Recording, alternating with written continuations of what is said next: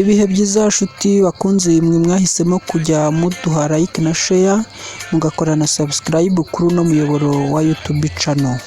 Uyu munsi nje kubagezaho ingingo 30 zafasha umugore wamenye Imana. Ntimucikwe n'izi ngingo 30 ko ziteye.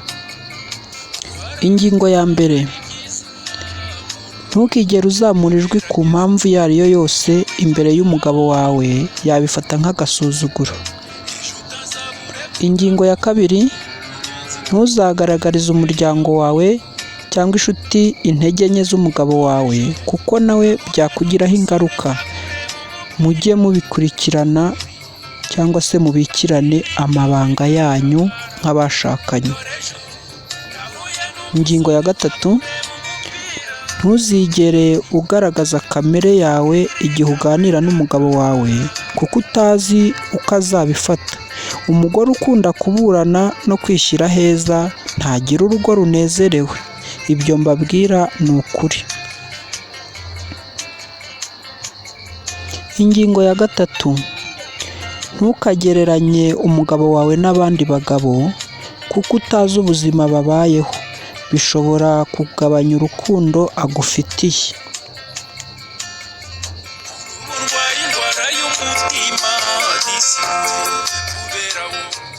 Ingingo ya gatanu: ntugafate nabi inshuti z'umugabo wawe, kuko utaba akunze ujye ureka umugabo wawe ari we umenya uko abatwara. Ibi nkubwira nabyo ni ukuri, kuko hari gihamya nyinshi. Ingingo ya gatandatu: ntuzibagirwe ko umugabo wawe yagushatse. Ntabwo ari umukozi wawe cyangwa undi uwo ari we wese. Kora inshingano zawe kuko ari wowe zigenewe, nawe akora ize.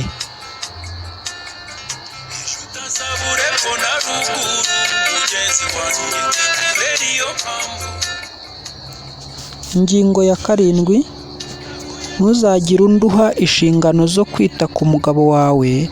Abandi bagukorera ibintu byose, ariko ibijyanye n'umugabo wawe ni inshingano zawe z'umwihariko, ndetse ukanabikora neza. Ingingo ya munani: ntuzarenganye umugabo wawe ngo ni uko ntacyo atahanye, ahubwo ujye umusubizanya cyangwa se umusubizemo imbaraga, unamubwira uti humura, ejo bizagenda neza. Ingingo ya 9: ntugasesagure kuko umutungo w'umugabo wawe ari uw'agaciro, ntukwiye kwangirika.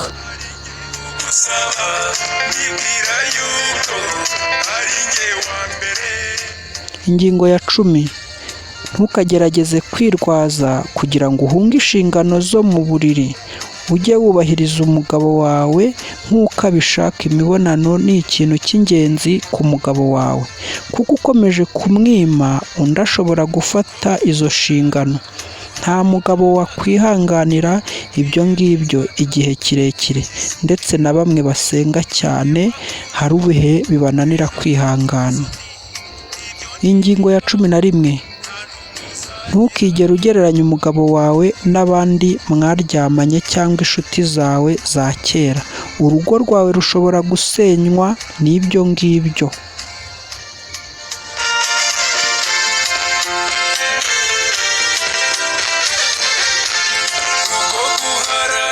Ingingo ya 12: ntugasubizanye n'umugabo wawe mu ruhame. Ujye ureka akora ibintu uko abishoboye, bitazatuma nawe agusubizanya inabi mu ruhame maze abantu bakabota.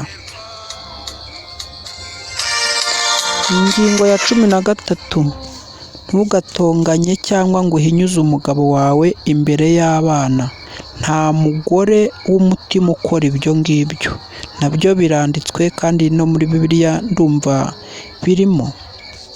Ingingo ya 14: ntukibagirwe kureba ko umugabo wawe yambaye neza mbere y'uko abandi babikurebera, cyangwa se abandi bakabibona mbere yawe kandi ari wowe mubana. Ingingo ya 14. Ingingo ya 15: Ntugakundire inshuti zawe ko zisanzura ku mugabo wawe cyane. Icyo gihe bishoboye kuguteranya cyangwa se ugasanga ubibabariyemo.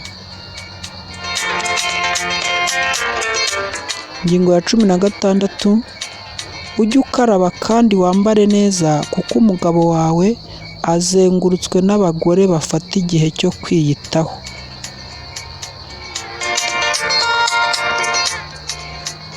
Ingingo ya 17, ababyeyi, umuryango cyangwa inshuti ntabwo ari bo bafite ijambo rya nyuma mu rushako rwawe.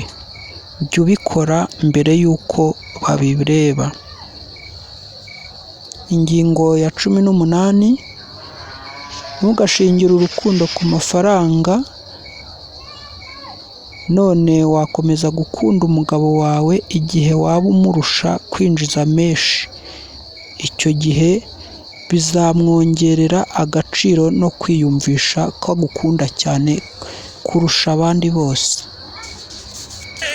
Ingingo ya 19, ntuzibagirwe ko abagabo bakenera kwitabwaho no gutegwa amatwi. Ntuzigere umuburira umwanya. Kuganira ni inkingi y'ingo zinezerewe cyane. Ibiganiro muzabishyira imbere y'ibindi mbere y'uko mupanga ibindi. Ingingo ya 20, ibitekerezo byawe ni ibitanga umusaruro. Ntuzirate ngo umwigereranyeho ko umurusha ibitekerezo byiza. Mujye mukorera hamwe, mwunganirane.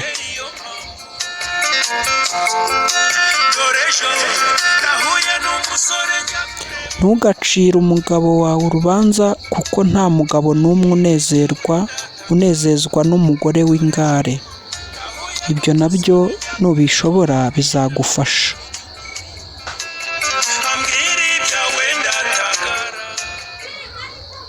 Ingingo ya 22, umugore w'umunebwe ntagira icyo yitaho. Ntanamenya ko umubiri we ukeneye gusukurwa no koga. Ibyo nabyo ni ingingo ikomeye cyane yagufasha kunezerwa mu rugo rwawe. Ingingo ya 24, ntukifuze ibintu cyane ku mugabo unezezwa iteka n'ibibonetse. Ingingo ya 23, nubwo twari tuyisimbutse, hari imitekerereze umugabo wawe akunda. Ujye ugerageza guhinduranya amafunguro. Nta mugabo utita ku ifunguro ategurirwa. Ni imitekere ntabwo ari imitekerereze. Ingingo ya 25, ujye umenya kwakira neza umugabo wawe cyangwa undi wese winjiye iwawe, n'iyo yaba ari ikirahure cy'amazi ufite. Umutima n'imyitwarire myiza byawe bishoboye gutuma uwo mushyitsi anezerwa ndetse bikanezeza n'umugabo wawe. Ingingo ya 26, ntukifatanye n'abagore bananiwe ingo zabo cyangwa bananiwe urushako rwabo, bityo bitazaguteranya n'umugabo wawe avuga ko ari wowe ubagira inama mbi. Ingingo ya 27, urugo rwawe rugira agaciro kuko uruhaye agaciro. Kwifata nabi ntibyemewe. Ingingo ya 28, imbuto zo mu nda yawe ni umugisha uva ku Mana. Ujye ukunda abana bawe ubigishe neza. Ibyo bizatuma umugabo wawe arushaho kugukunda. Ingingo ya 29, ntabwo ukuze cyane byagira ingaruka ku rugo rwawe ngo urutererane. Ntukareke kurwitaho ku mpamvu iyo ari yo yose witwaje ngo urakuze, ngo ibyo si bikiri ibyawe n'iby'abatoya. Oya, ujye ugerageza rwose. Ingingo ya 30, umugore usenga Imana aba yuzuye kandi aba yujuje ibisabwa. Iteka ujye usengera umugabo wawe n'umuryango wawe, abana banyu ndetse n'abaturanyi, bityo murusheho kubana mu munezero no kuba urugero rwiza mu baturanyi. Izi ngingo uko ari 30 rwose, umugore uzi Imana akazikurikiza, urugo rwe ruzaba paradizo nka ya yindi bavuze bityo tubere abandi urugero, tubere abana urugero, tubere inshuti urugero, ndetse tube icyitegererezo mu mudugudu, bajye bakora urugendo shuri baje kwiga uko urugo rwacu rwabigezeho. Nshuti mukunzi, wowe udukurikira, ibuka gukora subscribe kandi ubisangize n'abandi, ndetse uduhaye komenti byarushaho kudushimisha. Imbaraga zanyu nizo zizatuma dukomeza gukora ibiganiro by'akadashira nk'ibi ngibi. Ndabakunda cyane, cawu cawu. Ukwiye kwifata ugisubiraho, iyo biza kuba ari nkanjye wabigize, sinumva ukuntu